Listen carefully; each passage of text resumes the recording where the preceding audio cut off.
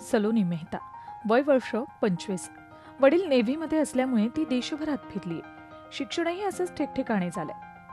सध्या ती IIT पवईला शिकतेय. IIT पवईच्या बाहेर JVLR या रस्त्यावर वाहनांची नेहमीच रहदारी असते. तेवढीच गर्दी असते रस्ता ओलांडणाऱ्यांची.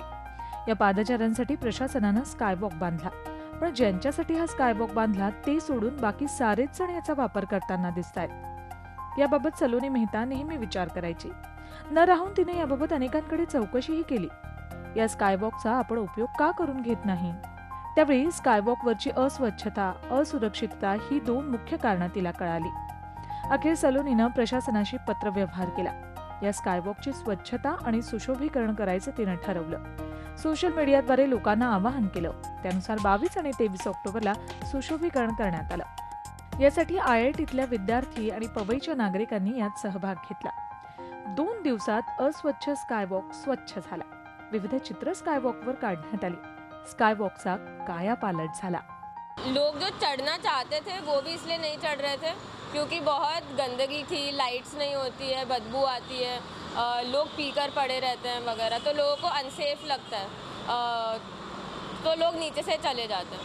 तो और भी कई रीज़न है, जैसे लोगों को आलस आता है ऊपर चढ़ने में, पाँव दुख रहा है, वो अलग रीज़न है. बट जो लोग चढ़ सकते हैं वो भी ऐसे रीजंस के कारण नहीं चढ़े, वो गलत बात है. तो हमने सोचा कि एटलीस्ट ये वाले रीजंस हटा देते हैं, फिर देखते हैं कि कितने लोग ऊपर से जाएंगे. तो फिर बस ये डिसाइड किया कि चलो साफ सफाई करते हैं, पेंटिंग करते हैं. ही सगळं करण्यामागचा उद्देश एकच. 20-20 मिनिटं रस्ता ओलांडण्यासाठी वेळ आणि जीव धोक्यात घालण्यापेक्षा नागरिकांनी या स्कायवॉकचा वापर करावा. काही मिनिटातच रस्ताही ओलांडून होईल आणि जीवाला गाड्यांचा धोकाही नाही. आता स्कायवॉकचा कायापालट झाल्यानंतर तरी नागरिक अस्वच्छता आणि असुरक्षिततेचं कारण न देता याचा वापर करतील अशी अपेक्षा आहे. प्रशासनाने ब्रिज दिलाय तो यूज केला पाहिजे. जर आपण हा ब्रिज यूज करायला चालू केलं तर प्रशासन सुद्धा पण लाईट लावायला चालू करतील, त्याचं क्लिनिंग चालू करेल, सगळं चालू करेल. पण आपली मग स्वतःचीच जिम्मेदारी आपण पहिलं पार पाडली पाहिजे, तर प्रशासन सुद्धा करेल. दोघांना विनंती आहे की एवढीच की दोघांनी मिळून ॲटलिस्ट तुम्ही पण यूज करा, चालू करा ब्रिज. प्लस प्रशासनाने सुद्धा पण ब्रिज क्लीन ठेवायला, साफसफाई करायला, लाईट लावायला आम्हाला मदत करा.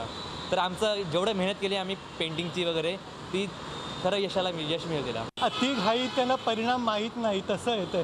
म्हणजे 1 मिनिट वाचवायला जातील आणि काय होईल ते सांगता येत नाही. आता मी पण 55 आहे, पण मी पटापट क्रॉस करून म्हणजे आय प्रिफर धिस वे. म्हणजे safe game is always better.